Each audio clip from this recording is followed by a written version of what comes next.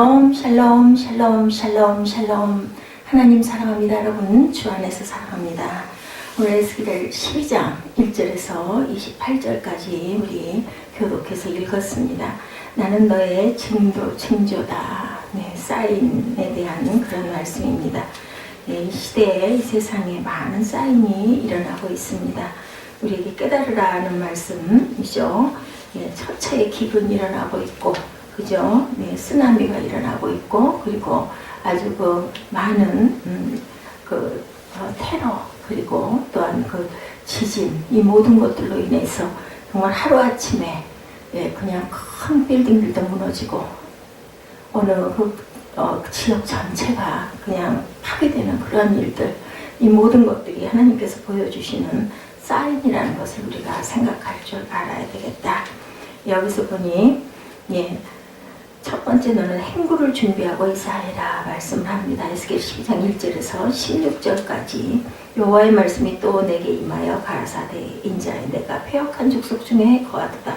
그들은 볼 눈이 있어도 보지 아니하고 들을 귀가 있어도 듣지 아니하나니 그들은 패역한 족속이니라. 인자에 너는 행구를 준비하고 낮에 그들의 목전에서 이사해라. 내가 처소를 다른 곳으로 옮기는 것을 그들이 보건 패역한 족속이라 할지라도 혹 생각이 있으리라. 너는 낮에 그 목전에서 내 행구를 밖으로 내기를 이사하는 행구같이 하고 저물 때는 그 목전에서 밖으로 나가기를 포로가 되어가는 자같이 하라. 너는 그 목전에서 성벽을 뚫고 그리로 쫓아 옮기되 캄캄할 때 그 목전에서 어깨에 메고 나가며 얼굴을 가리고 땅을 보지 말지어다. 이는 내가 너를 세워 이스라엘 족속에게 징조가 되게 하려 함이라. 징조라고 말씀합니다. 다시 바꿔서 말하면 사인이 되게 하리라. 우리 모두는, 하나님 믿는 자녀들 모두는 스티그마, 하나님의 하나의 자주 나타내는 그러한 드러내는 그런 모습들이 되어야 되겠다. 그렇죠? 에스겔의 영을 예루살렘으로 데리고 와서 예루살렘 모든 타락을 낱낱이 보여주는 모습입니다. 예루살렘의 모든 타락을 본 에스겔 선지자는 이제 본격적으로 바벨론 포로로 잡혀온 이스라엘 백성들을 향해 하나님의 말씀을 전하죠. 본문 12장부터 38장까지 여호와의 말씀이 또 내게 임하여 가라사대 말씀이 계속 강조되고 있는데, 이것은 곧 에스겔이 자신의 소리를 전하는 것이 아니라 하나님의 말씀을 온전히 전하고 있다는 것을 강조하고 있습니다. 하나님은 에스겔을 통해 첫 번째 징조를 보이도록 하셨는데, 그것은 곧 낮에 사람들이 보는 앞에서 짐을 싸라고 하는 것이죠. 아까 읽었듯이 1절부터 5, 6절 사이에 나타나고 있습니다. 에스겔이 왜 이런 이상한 행위를 해야만 했을까? 그 답을 2절에서 주고 있죠. 패역한 족속이기 때문에 이런 징조를 보여주시죠. 볼 눈이 있어도 들을 귀가 있어도 보고 듣지 않기 때문에 징조를 보면 혹시 뭔가 느끼지 않을까, 이러한 마음에서 보여주신 겁니다.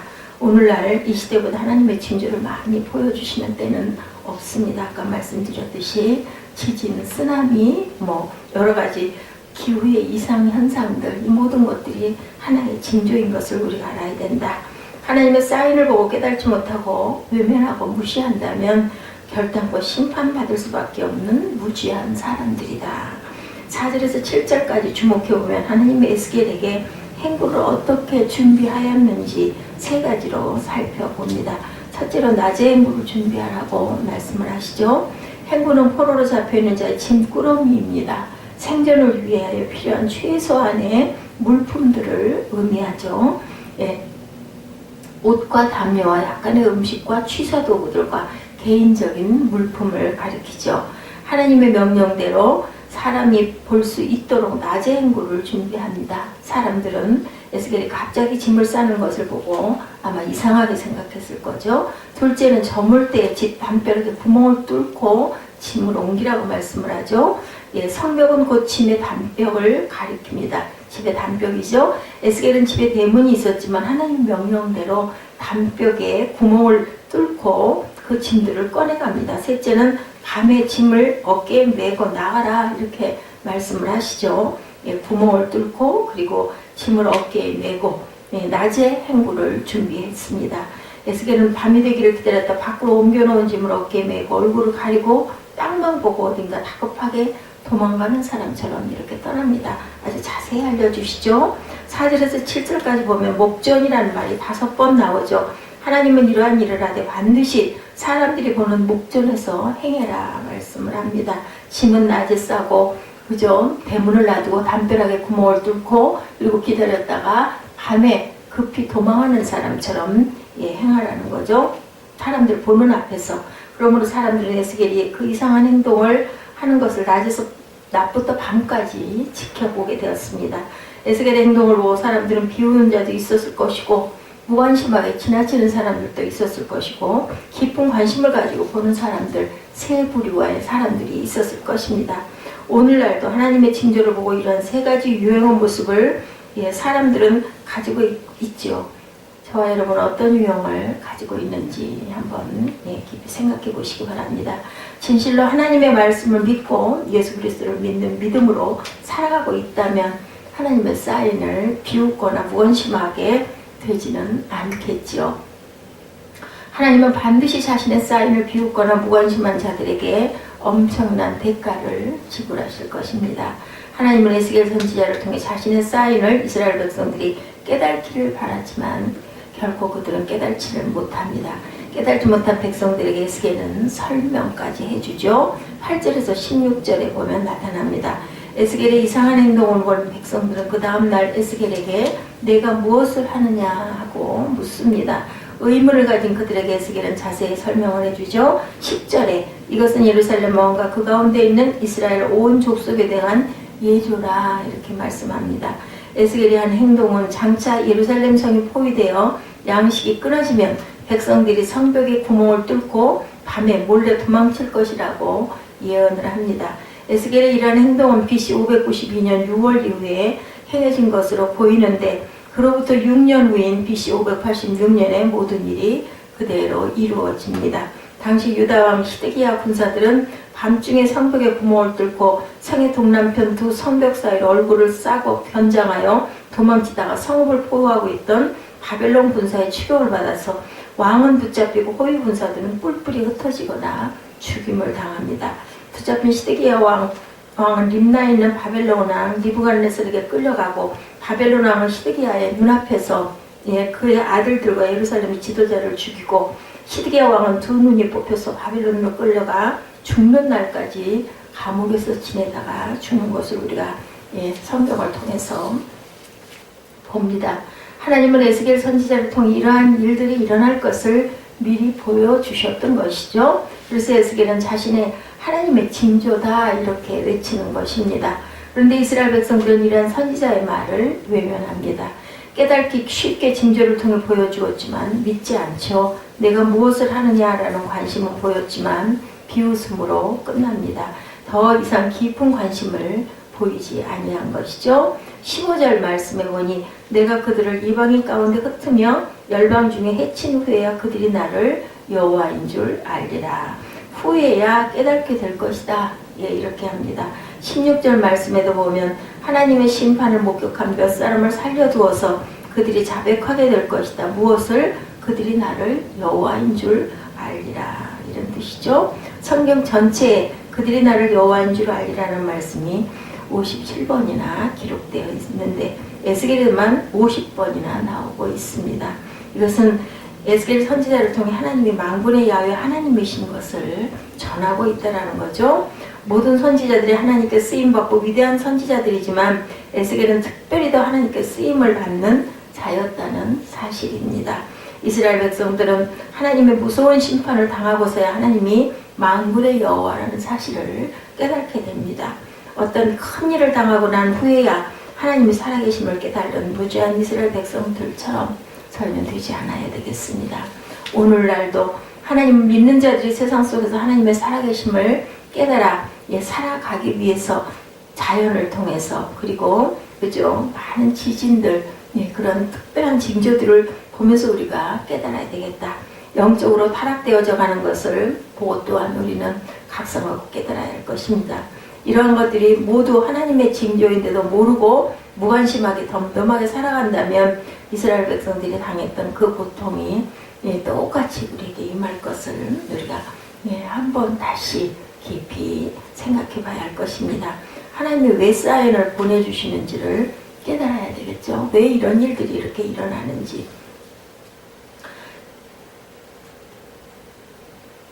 이렇게 하면 혹시 너희들이 깨달지 않겠느냐 이런 마음 아니셨을까요? 요즘에 그죠? 우리 그 어린 아이들 너무나 영악하게 변해가서 놀랄 때가 너무너무 많습니다. 이런 모든 것들이 세상이 악해지고 있고 누구의 말도 듣지 않고 믿지 않고 그죠?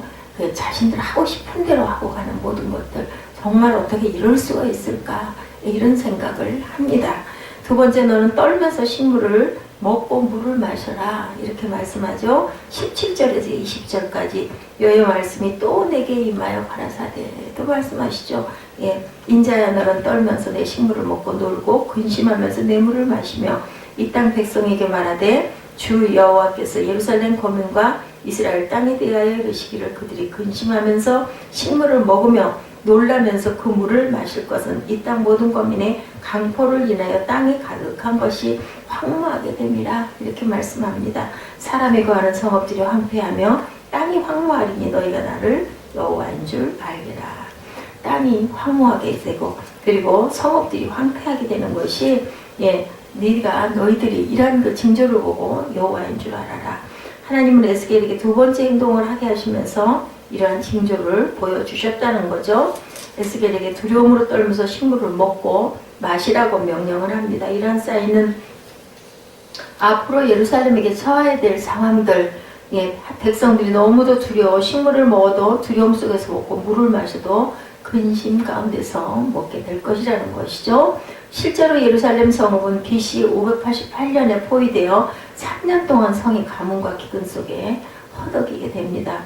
열왕기하 25장 1절에서 3절에 보면 시드기야가 9년 10월 10일에 바벨론 왕 느부갓네살이 그 모든 군대를 거느리고 예루살렘을 치러 올라와 진을 치고 사면으로 토성을 쌓으며 성이 시드기야 왕 11년까지 에워싸였다니 그 4월 9일에 성중에 기근이 심하여 그 땅 백성이 양식이 지나였다.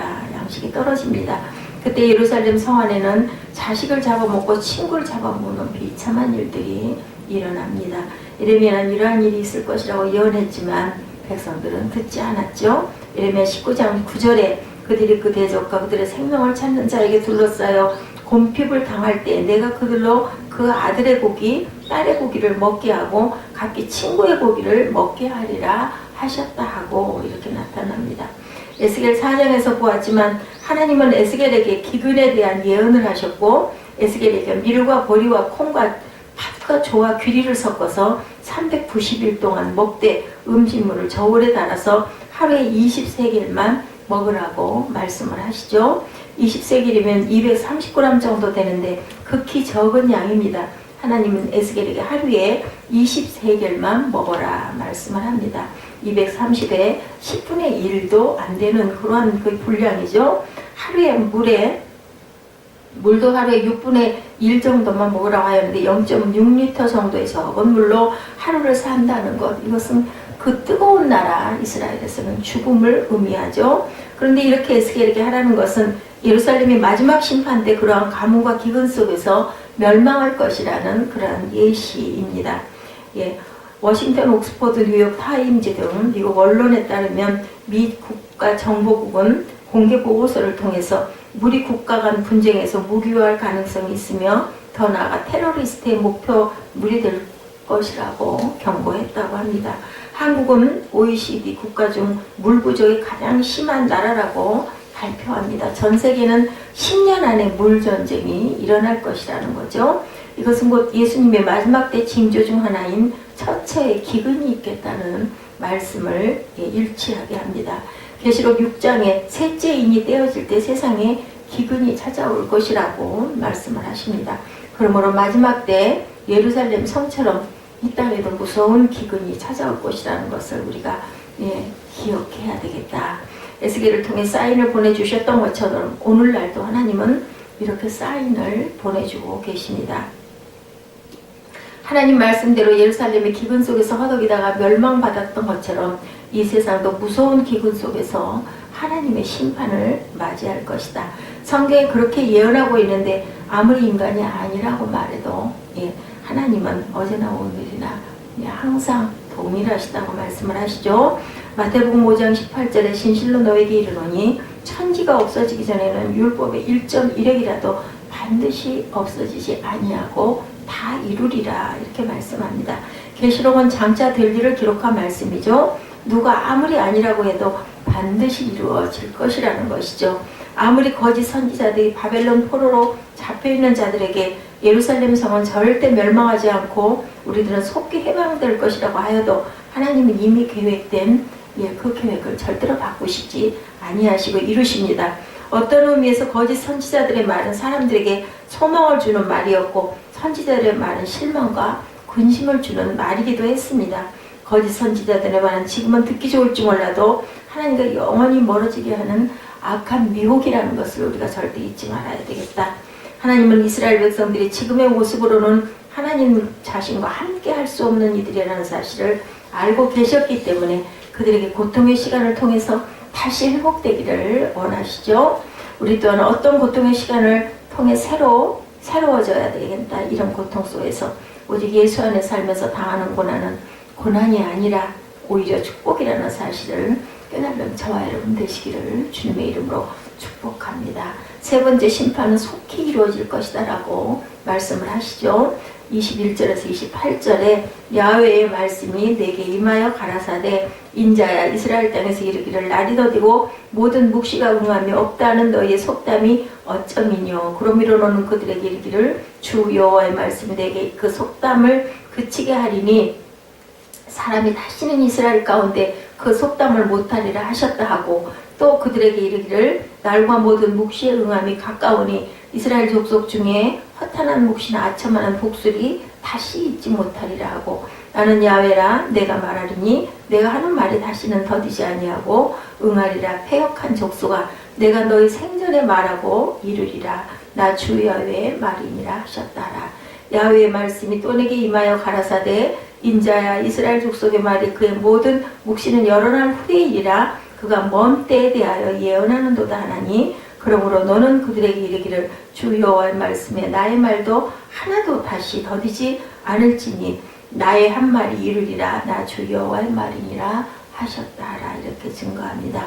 에스겔에게 보였던 두 가지의 징조를 통해 하나님은 예루살렘의 심판을 지체치 아니하고 속히 이루시겠다라는 것이죠. 그러나 당시 이스라엘 백성들 사이에 흔히 사용되는 속담이 있었는데 두 가지 속담을 하나님의 말씀하시면서 반드시 더 이상 더디지 아니하고 이루겠다고 하십니다. 첫 번째 속담은 날이 더디고 모든 묵시가 응엄이 없다라는 것이 21절에서 25절에 나타나죠. 이 말은 선지자가 예언한 말은 세월이 지나도 이루어지는 것이 없다라는 것입니다. 이 말 속에는 선지자들의 불신과 비웃음이 드러나 있죠. 이스라엘 백성들은 하나님의 오래 참으심에 대한 깊은 뜻을 모르고 이런 속담까지 만들었습니다. 절대로 그런 일은 일어나지 않는다라는 거죠. 하나님의 심판이 더딘 것이 아니라 이스라엘 백성들이 돌아오기를 기다렸던 하나님의 그 사랑을 아무도 그 의미를 뜻을 생각할 줄 모른다. 23절에 내가 이 속담을 그치게 하리니 사람이 다시는 이스라엘 가운데서 이 속담을 못하리라고 말씀합니다. 24절에도 이스라엘 족속 중에 허탄한 묵시나 아첨하는 복술이 다시 잊지 못하리라. 그리고 25절에 하나님은 더 이상 지체하지 아니하고 심판을 하실 것을 말씀합니다. 여러분은 세상에 심판당하고 이 세상에 없어질 것을 믿으십니까? 여러분들 2000년 전부터 예수님이 재림하시고 세상은 심판당하실 것이라고 하셨는데 그러한 일들이 일어나지 않자 사람들은 어떻게 했을까요? 믿지 못하고 있는 시대가 되어가고 있다는 것이죠. 어떤 사람들은 계시록은 영적인 사건을 기록한 것이지 실제로 일어날 일이 아니라고 생각하는 사람들도 많습니다. 하나님의 오래 참고 계심을 모르고 있는 무지한 소리라는 것을 우리가 기억해야 합니다. 하나님은 마지막 때 이러한 자들이 나타날 것이라고 이미 예언했죠. 베드로후서 3장 3, 4절에 먼저 이것을 알지니 말세에 기롱하는 자들이 와서 자기의 정욕을 쫓아 행하며 기롱하여 가로되 주의 강림하신 약속이 어디 있느냐. 조성들이 장 후부터 만물이 처음 창조 때와 같이 그냥 있다 하니 예수님이 마태복음 24장에서도 악한 종의 기준을 주인이 더디온다고 하는 그러한 주장하는 자들이라고 언급합니다. 예수님 재림이 더딘 것이 아니고 하나님의 심판이 없는 것이 아니고 하나님은 한 사람이라도 회개하기를 돌아오기를 바라고 지체하고 계신다라는 것. 25절의 말씀처럼 예수님은 더 이상 지체하지 아니하시고 오실 것이죠. 히브리서 10장 37절에 잠시 잠깐 후면 오시리가 오시리니 지체하지 아니하시리라. 계시록 22장 20절에 이것들을 증거하시니가 가라사대 내가 진실로 속히 오리라 하시거늘 아멘 주 예수여 오시옵소서. 이렇게 말씀을 마치시죠. 이 세상이 돌아가는 모습은 예수님 오실 때가 심히 가까이 오고 있음을 우리에게 보여주심을 느끼고 깨달아야 되겠습니다. 마태복음 25장에 신랑이 오신다 할 때 열 처녀가 모두 깨어났던 것처럼 오늘날 이 시대에 잠자던 자들을 깨우칠 수 있는 복음은 예수님 곧 오신다라는 복음을 전할 때 깨어날 것입니다. 더디게 오신다고 재림이 없는 것이 아니고 심판이 없는 것이 아니죠. 더디게 오신 만큼 속히 그날이 우리 앞에 이루어질 수 있다는 사실을 명심하고 깨어있는 성도들이 되시기를 주님의 이름으로 축복합니다. 두 번째 속담은 선지자들의 묵시는 먼 후일에 이루어질 것이다 라는 것이죠. 앞에 속담에 비하면 이 속담은 상당히 믿음 있는 자들의 말처럼 보입니다.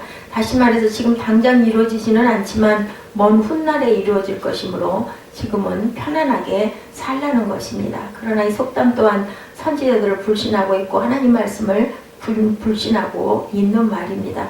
어떤 의미로 보면 앞의 말보다 어떻게 보면 더 무서울 수도 있겠다. 선지자들의 말을 아주 정면으로 불신하는 것도 아니고 하나님 예언에 대해 아주 부정한 것도 아니었죠. 그 예언이 먼 미래에 일어날 것이므로 자신들과는 아무 상관도 없다는 방관자들의 부정한 것도 아니었습니다.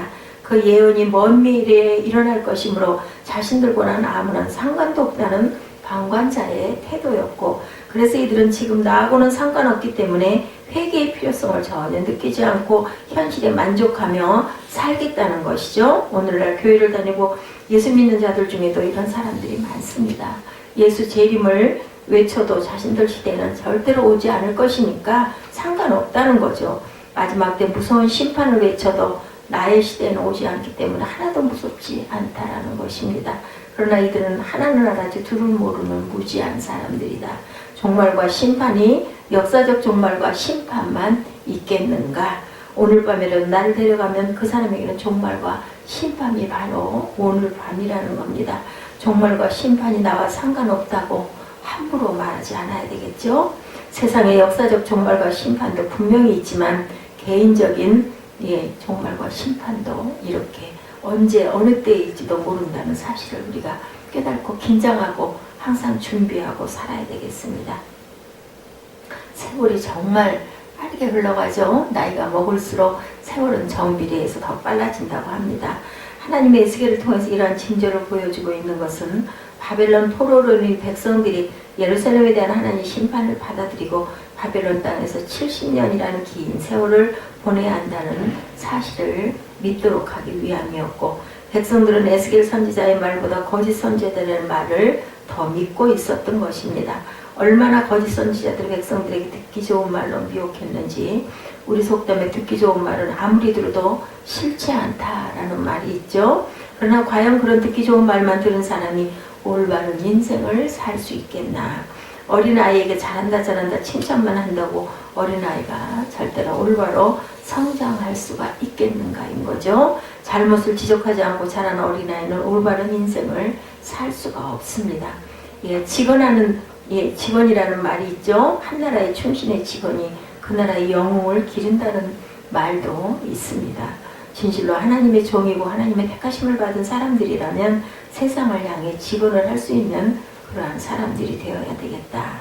하나님의 말씀을 그대로 세상에 전하는 거죠. 12장 본문 속에도 여호와의 말씀이 또 내게 임하여 가라사대라는 말씀이 5번 언급되고 있습니다. 에스겔 선지자는 사람들이 비웃던 말던 외면하든지 말든지 하나님의 말씀을 그대로 선포합니다.